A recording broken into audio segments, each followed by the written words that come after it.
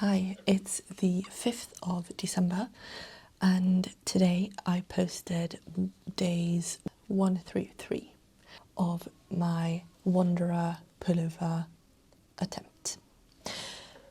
Yesterday I spent a few hours on the train. I had a bunch of time for stockinette because I was in a lot of long meetings, and then in the afternoon on the train home and yesterday evening I got into the Colourwork.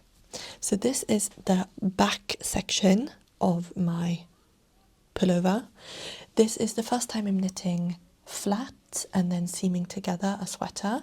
I don't know if this could have been done easier with a different construction, but I didn't want to chicken out, so I am going to do what I'm told for once and follow the pattern to a T, she says, while having already done things differently than the pattern.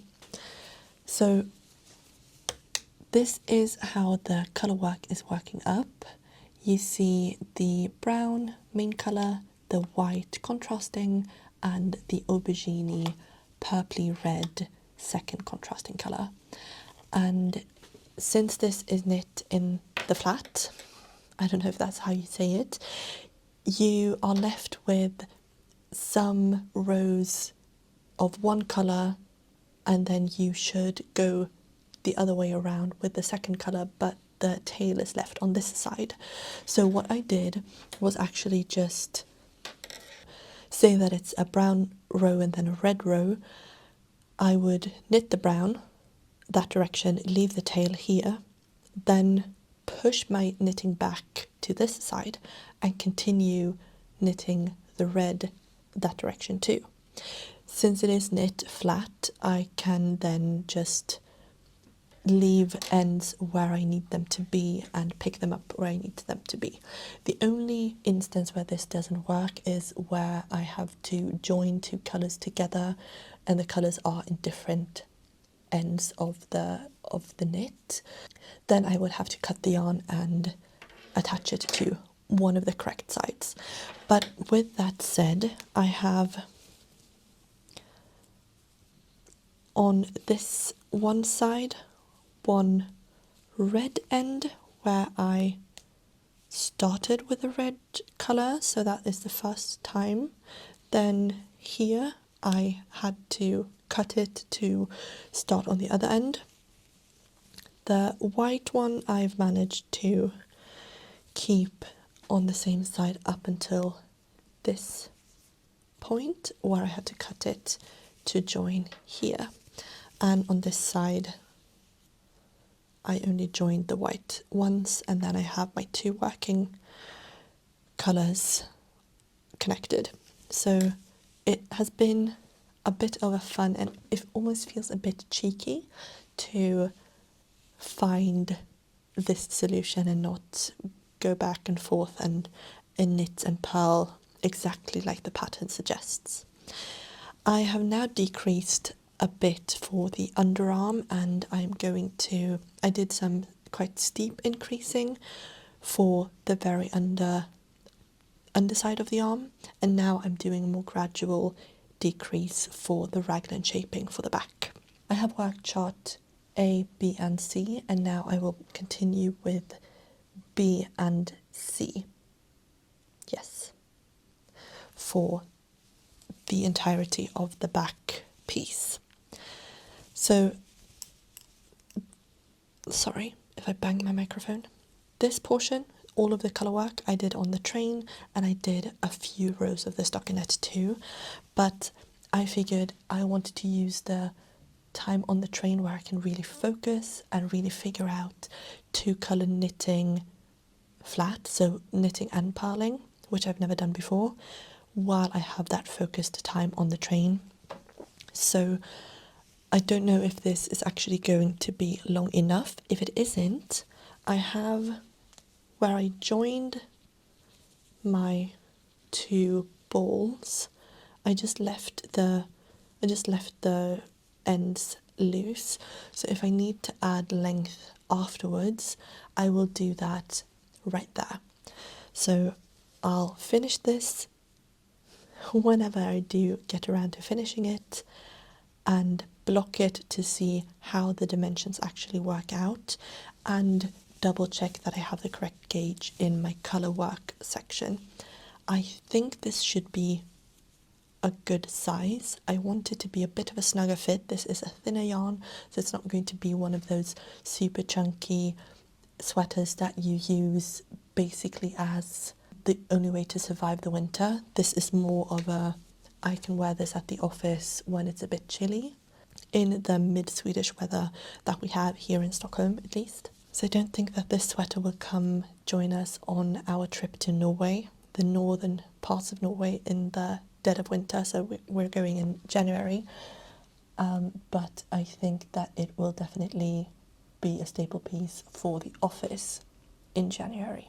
For the cold weather in northern Norway, I definitely think that he will want to wear his unspun Icelandic wool sweater, the Hraundrangi, that I knit for him last year. But I'm so pleased with this. I had hopes of making a beautiful colourwork, but this is honestly surpassing my hopes. I feel so proud and I'm so happy with the tension. I think it's looking quite even. It's good that this is the back piece, because I definitely have a lot of improving to do. I think that I will go on to knit the sleeves after this and make sure that I have a really good hang on the tension before I do the front piece, because I want that to be the best that I can at this point. The floats aren't too long. I don't think it's longer than 5 stitches in at any point. No, right, it's the longest is 5 stitches, and that I think really helps with having an even tension. I haven't really figured out yarn dominance or colour dominance on this, since it's knit alternating rows of pearls and knits, and I don't know if that really matters either, or I don't know if it matters to me at this point in my knitting journey. I am fairly new to colourwork knitting, and I am an audacious beginner, or confident to the point of hubris intermediate. But I have decided that I'm not going to bother about what yarn is dominant in this. You can see the white stitches disappearing in this row, because I held the red as my dominant and the white is just disappearing. But since I did that for one row and then the next row was a different colour or a different pattern, it doesn't really matter. It doesn't matter to me, at least. And then when that row comes around the next time, I might hold the white as my dominant, but that's not going to matter either, because it's because the pattern changes so often. So yeah, you see, you can actually see quite clearly. This row up here, I held the white as my dominant, and down here the red was my dominant. And I've knit this exact same stitches, one red, one white, and the colour is the change is quite noticeable. But this is the work that I managed to do yesterday on the 4th day. Today I don't have hours of time. My practice starts at 7 and it takes an hour to get there, but I don't have time to go home in between. I will have time hanging out at the office after I've finished work, but before I have to leave for practice. So I'm going to do some knitting then, and I can't wait. I'm so excited for this. I think I can do at least 4 more rows before I have to leave for practice. Right, now I've shown you this before, but I'm so proud of it. This is how far I came from the shaping. And I have caught a few mistakes along the way. I'm sure there are mistakes in this that I haven't caught, but I don't mind. I'm very, very pleased. Oh yes, I also noticed yesterday, no, the day before yesterday, that the dye lot is quite inconsistent. So although I've used the same dye lot for the entire main portion of the body, one of the balls, the first ball, changes colour quite drastically in the middle of a ball. It wasn't even knotted together or anything, so I think that is why the yarn was sorted, was secondhand sorting. The yarn was discounted because I think the dye lot is inconsistent. It's a known thing that it's inconsistent, and that is why I bought it cheaper. But it's a bit lighter down here, and then it's a bit more saturated up here. But I still haven't decided if that's a feature or if it's a fail. And if I don't like how drastic the colour change looks, if I block it and I see that it's just an eyesore, I think I'll just duplicate stitch a red or white row over top of it, so it breaks up the very cut between the colours, because no one is going to notice the slight colour shift if there is a stark red line or aubergine colour between. So that is my problem solving if I need it, but I might not need it. Back to work.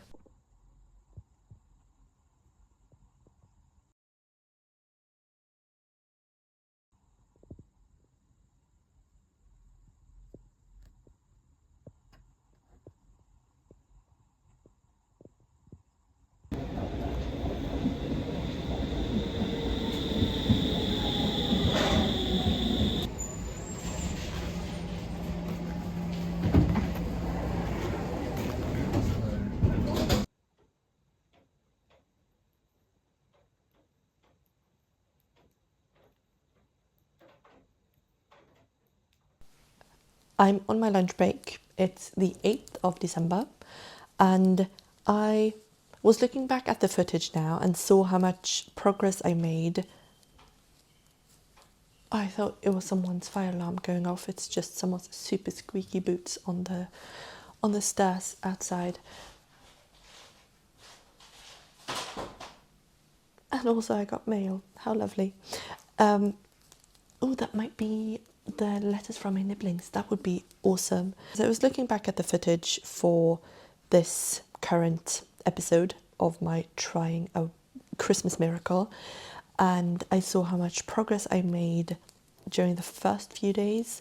And this weekend I've had, I mean, it's good news and it's bad news, because it's great that I've had so much time at home with my partner. I've really felt like we got some good time together. We have had time to just hang out, do our separate things, but be in each other's spaces, which I think is one of the best ways to spend time with someone you know really well, to just be with each other without doing stuff actively doing stuff with each other. So parallel play, if you like. But that also means that I haven't had time to knit on the pullover at all, as much as I had wanted to. So now I'm trying to catch up. But since it is a Colourwork Raglan, it's going to be seamed together, yada yada yada, I'm not going to be able to catch up very quickly, because I have so much more knitting to do. I now finished the first 2 charts of the Colourwork decreasing. So first you follow one chart for the very bottom before you do any decreases. Then you do some quite aggressive decreases for the underarm, and then more gradual for the raglan shaping. And that's where I am currently. So I have done 26 rows, 32 rows, and I have how many left? About 20. And that's just for the back piece. Then I have to do the same for the front, with some neck hole shaping and for the 2 arms as well, or the 2 sleeves. So I was confident when I cast this on the first that I would get it finished, and now not so much anymore. But I want to do this as a fun thing, to challenge myself, and if I knew that I was going to succeed 100%, then it wouldn't be a challenge. So let's just keep our fingers crossed. I am doing decreases. I'm also, since I am going back and forth from where the yarn is and not necessarily from where the wrong side or the right side is, sometimes my stitches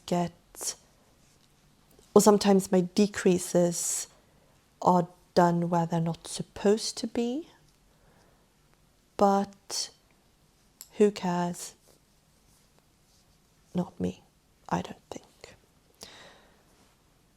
Okay, so now I have one more row of unicolor brown, and then I have to cut the yarn to go back, because now the red yarn is on the wrong side from the white, or the white yarn is from the wrong side.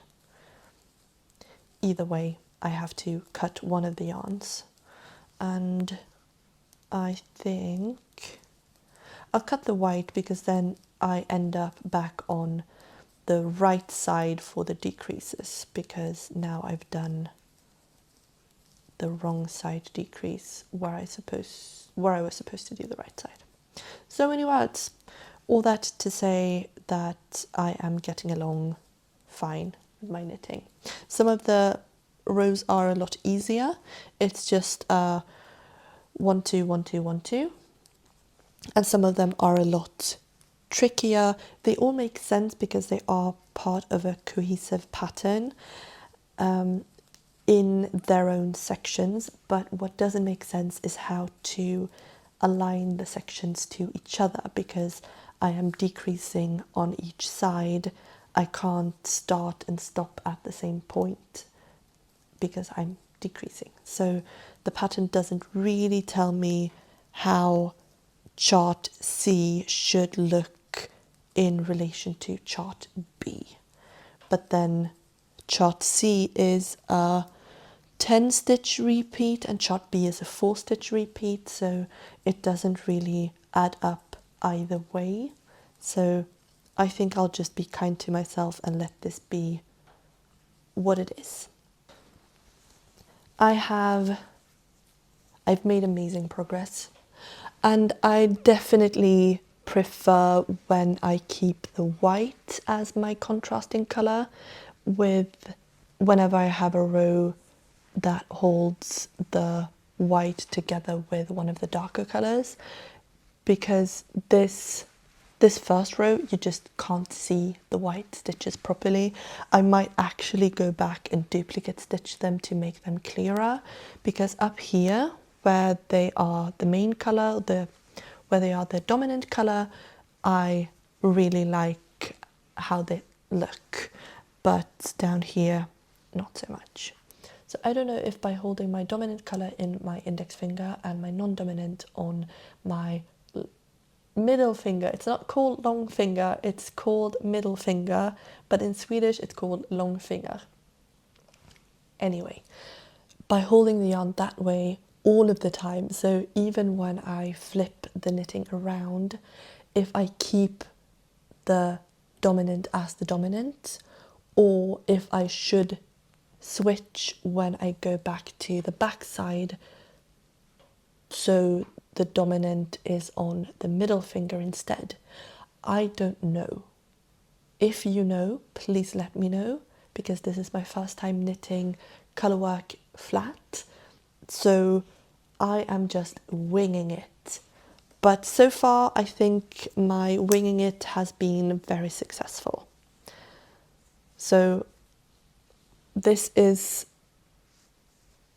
the first chart, then the second, this is the third long. I've just finished the first, or the second repeat, and then I have this large one as well to finish before I am finished for the back. I would love to get that finished today, but I have work to do. And I don't know when my partner is coming home. He might have plans after work. That would be great. For me, for knitting, that would be great. But I will see.